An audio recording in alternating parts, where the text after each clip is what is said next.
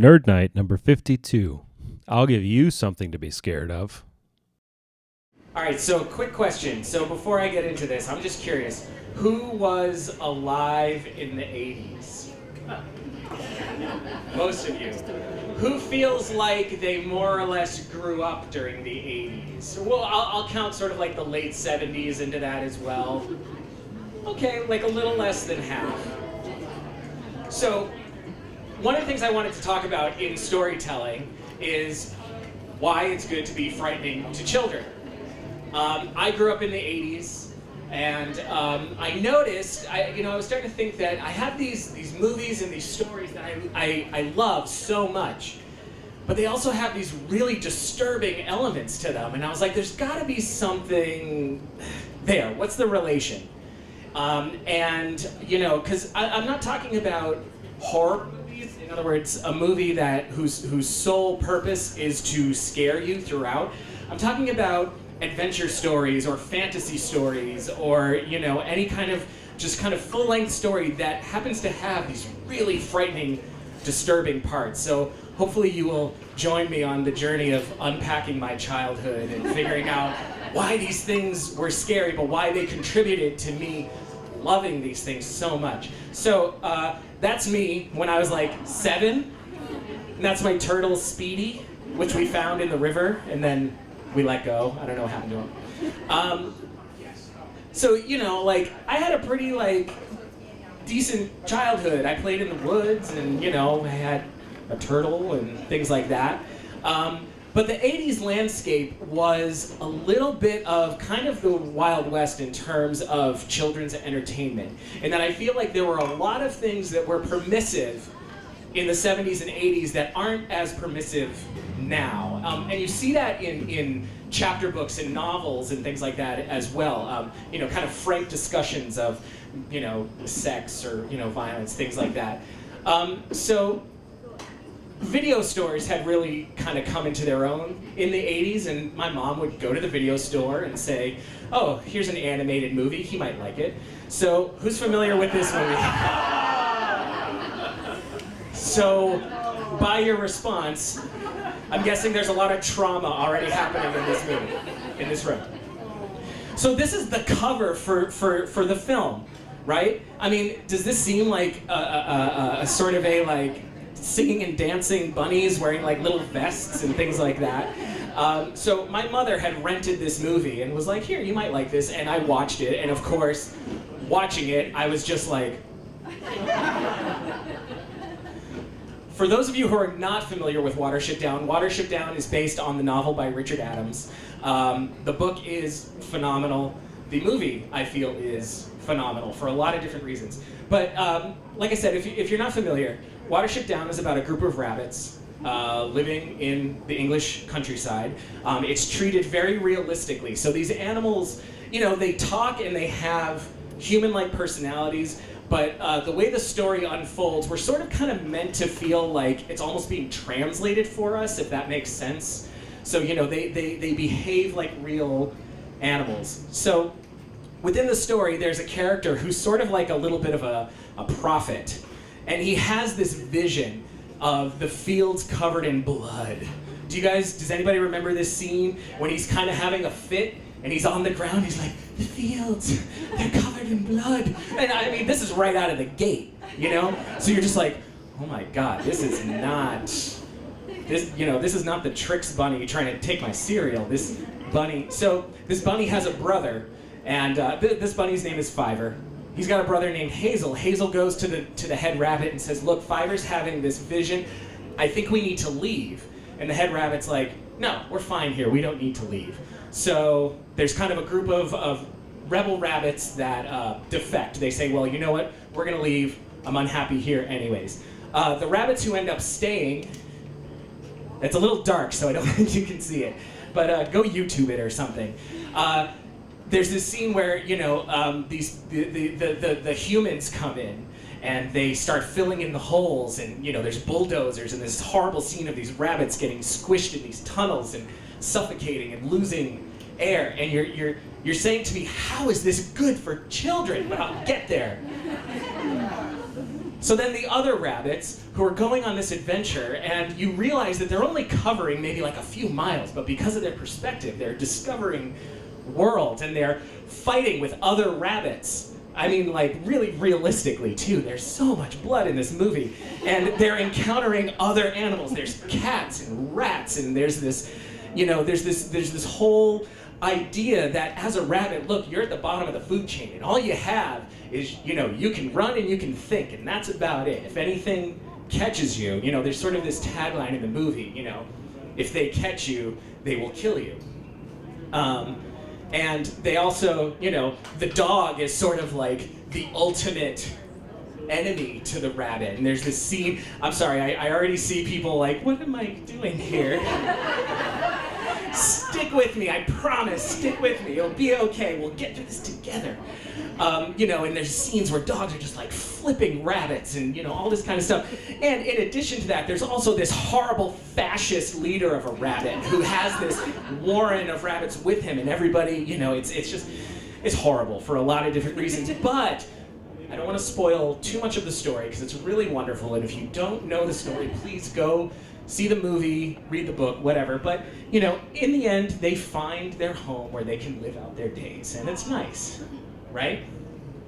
So this is a movie and a story that I love, despite, or maybe because of, all the horrificness that happens in this. This movie will give you a perspective on life and nature that you didn't have going into the movie if you've never seen it.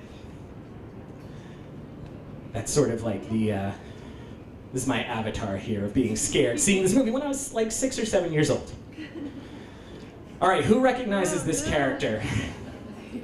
Okay, so obviously I was not alive when Pinocchio came out in the 1940s, but there's a scene in Pinocchio. Does anybody know which scene I'm already talking about? Yeah. Okay. Before I paint this scene for you, let me ask a question. And this is a tough question, and I have a feeling I might lose you right at the beginning of my talk, but I'm going to ask it anyways. Who remembers being in elementary school and having another kid in your class throw up? So I have memories of that happening too, and my reaction being like, oh my God, they're throwing up. Oh my God, am I going to throw up? What if I throw up? What if that happens to me? All right, so let me paint the scene. Pinocchio has been captured by sort of this horrible slave driver kind of guy. But he doesn't realize he's a slave driver at first. He's collecting all of these young boys, and he's taking them to Pleasure Island. And he's saying, at Pleasure Island, go, drink, smoke, play pool, whatever you want to do. And these boys are just running rampant through the city. They're breaking things, they're fighting each other, they're smoking, they're drinking, they're playing pool, which is one of those things that it's like, I guess in the 40s and stuff, it's like, pool is what, delinquents play and things like that. And it's like, it's just knocking balls in holes. I don't know what's up with that. So Pinocchio hooks up with this character named Lampwick, who you kind of, Pinocchio is very naive, obviously. That's the whole point of his character. Lampwick is a little bit of an older character. And he kind of, he's got the world figured out. He knows a thing or two about a thing or two.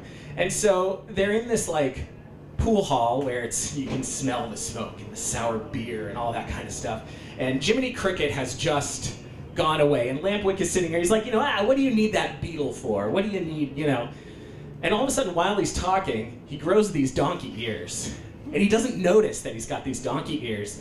But we see Pinocchio, who's like, okay, maybe I need to stop. Maybe I need to lay off. And then while Lampwick is still talking to him, right, this tail, I'm sorry, this is dark. I don't know if you can see it too well, but he's got this tail that bursts out of the back of his pants. And Pinocchio's like, oh my God, is this normal? What is it going on?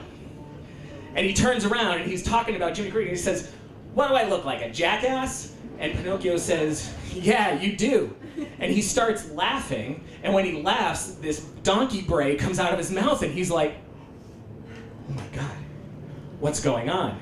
So then he starts freaking out, right? Because he feels that he's got this donkey face, and he starts running around the room, and he looks in the mirror, and he's like, oh, he realizes that he's becoming this donkey. Now, all of a sudden, this tough, bullyish character is completely vulnerable, right? We see him in this, at his most vulnerable. And he's running around, and the only thing he can do, he grabs Pinocchio by the suspenders. He's like, you gotta help me, just call somebody, just anybody, call somebody.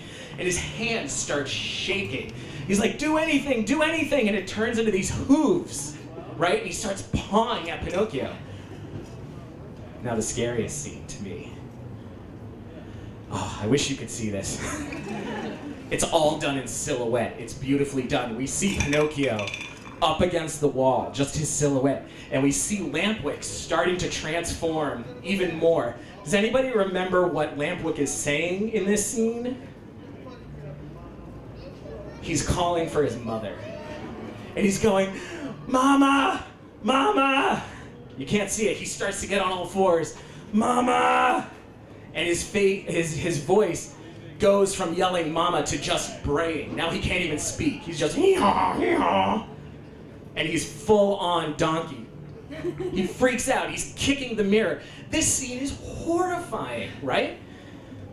And all of a sudden, again, like I said, it's tough to see. Pinocchio's just watching this. He's stunned. He's paralyzed. He's doesn't know what to do. And all of a sudden, he feels his own ears turn into donkey ears, and he grabs them. He's like, "Oh no! This is me when another kid threw up in my class." And I'm like, this horrible thing is happening to this kid. Is it going to happen to me? Oh my God, I think it's happening to me. And, when I went back and watched this scene, I realized, part of the opening of this scene is there's all these donkeys, right? And it's only later revealed that these donkeys are all boys that have been changed. And I realized, I'm like, what happened to those donkeys? Did they change back? Because they're all going to the salt mines or whatever, and there's one donkey that can still speak. He's like, my name's Alexander. And he's like, you can still speak, get him in. And I realized how much guilt I feel for fictional cartoon children from the 1940s. All right. So, this is tough to see. I don't know if you can tell what movie this is. Anybody? Okay, who's seen Willow? All right, so Willow, again, a movie that I love. If you haven't seen it, it's essentially kind of like a mini Lord of the Rings that was done by George Lucas and Ron Howard. And Willow is a magician in training. So there's this scene where Willow has explained that he doesn't like trolls. And this troll jumps in front of him. This is sort of at a climactic battle. And he has this magic wand, and he uses the wand on the troll. He doesn't know how to use it, he just follows his instincts, and he's just boom. And the troll starts twisting and turning, and there's this green smoke coming out of him. Does anybody know what scene I'm talking about? Yes. So, okay. Suddenly, these tendrils come out of the troll's side. Now again, 6, 7 years old, all right? These tendrils come out of the troll, and this is Willow with the wand. And they start to rip the skin off of the troll, right? 6 or 7 years old. There's smoke. And then there's sort of this big, lumpy brain thing, all right? And these two alien-style heads pop out of it, and they're like, Willow doesn't know what to do. There's this weird, gross, melty brain thing in front of him, so he does what I think any of us would do. He kicks it, and it goes off the bridge into the water. Because what else would you do? And this was brought up that I feel like this is sort of a good metaphor for Twitter. You log on to Twitter, and it's skin peeling you apart, and you don't know what to do, so you just kick it away. But again, this weird melty brain thing. Do you remember when Judge Doom died in Roger Rabbit?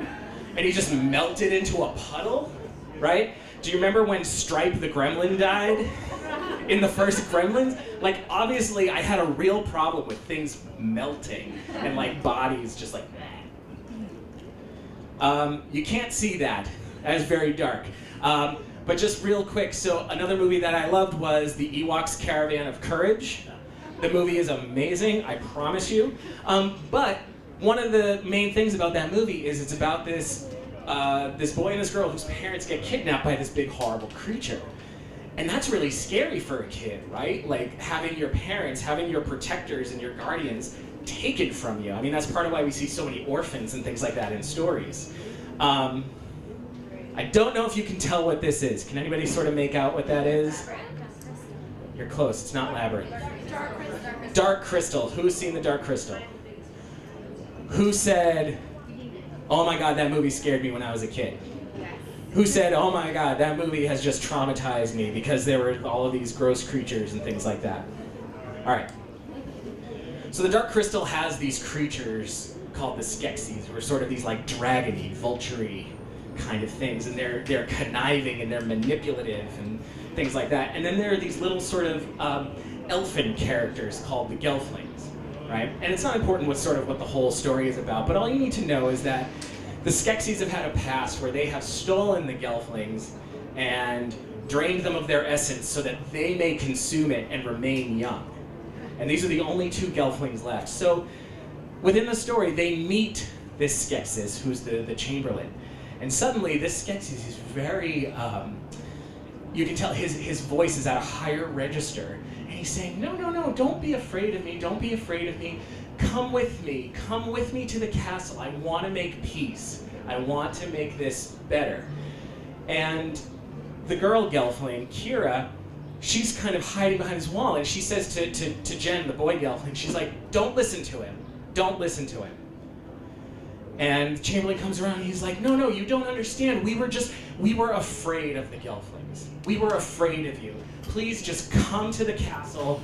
Come with me. Let's make peace. Let's make peace. And he's kind of getting closer. Jen is here. He's getting closer and he's like, please, just come to the castle, please. And it's total stranger danger, right? And there's this moment where you can see Jen kind of becoming entranced, like he's gonna fall for it. But Kira jumps in and says, don't listen to him. And now he's having this moment where he's got Kira just staring at him in the eye, and there's Chamberlain behind him, please, right? Okay, as a kid, what are you told? Like, beware of strangers and people trying to get you into their car, and come to my house, please, come to my house. I have video games, I have candy, don't you want that? Thankfully, Jen says no. They run away. The Chamberlain kind of tries to pursue them, but realizes that they have gone. In the 80s, we had so much stuff as kids telling us, beware of strangers, right? What do you do if you meet a stranger? Do you get in this guy's car? Don't do drugs, right? Like, the world was painted as a really scary, dangerous place where anything that was sort of new or unusual was something to be utterly avoided because it could be dangerous. We had dogs in trench coats telling us how to beware of strangers. We had Pee-wee telling us not to do crack. We had Mr. T telling us to stay in school and not do drugs and drink milk and love your mama. Who here is familiar with something called the Satanic Panic? All right. So for those of you who don't know, the Satanic Panic was a thing mostly in kind of the early to mid 80s. And it was this idea that things like heavy metal and, my favorite, Dungeons and Dragons were things to be avoided. Because this was a way for children to cast magic spells. This was a way for children and teenagers to invite Satan into their lives. There were all kinds of articles and specials and news reports. Is this just a game? We had stories about kids who had committed suicide. Why? Not because they came from unsupportive families or had any sort of, mental thing that they were working through, but because Dungeons and Dragons and heavy metal had caused it, right? You had kids whose characters were hexed, and therefore they had to take their own lives in real life. It was complete nonsense. But you had women like this who started groups called BAD, which stood for Bothered About Dungeons and Dragons. And these were people who were trying to take away heavy metal and Dungeons and Dragons, just like in the 50s when they tried to take away comic books, right? Or nowadays, this is one of the people who's trying to take away video games, things like this. It can't possibly be a larger social issue. It must be the media that people are consuming that is causing this. So here's me again. Right? Like, this is part of the world that I'm living in. All this stuff that is kind of scary. But this is kind of about when I'm changing from this kid into this kid. Because there's something alluring about this. There's something really interesting. There's something taboo about it, right? Dungeons and Dragons. Wow, I want to play that. And of course, the ridiculous thing is, who here actually plays or has played Dungeons and Dragons? A lot of you. It is literally the oh my god, nobody is summoning demons or casting spells. In fact, I actually came across a clip where Gary Gygax, one of the creators of Dungeons and Dragons, in the 80s, during the Satanic Panic, put out a reward who said that anybody who could come to the TSR office and summon a demon, he would give them $100,000. So where am I going with this? Why is it good to frighten children?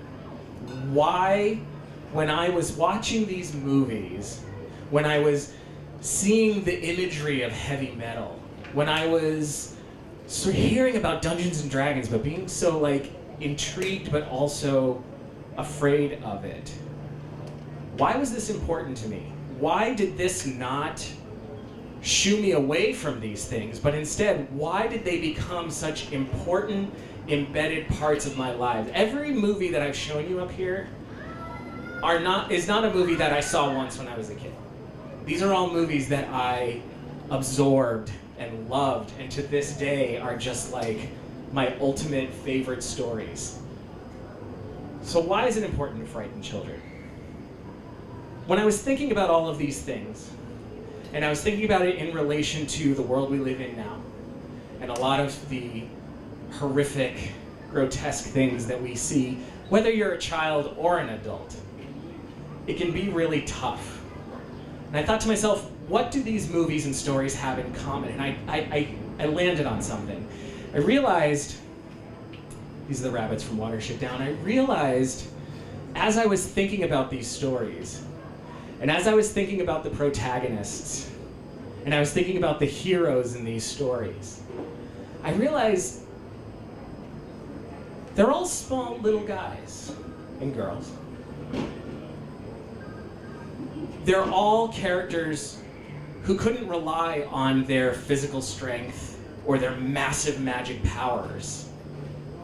They were small, like a child. And I realized that if characters like this, who were seemingly so vulnerable, could get through their own stories that had these horrific, grotesque elements, then maybe I could too. Thanks. This program was recorded on June 14th, 2018, at Top of the Park in Ann Arbor, Michigan.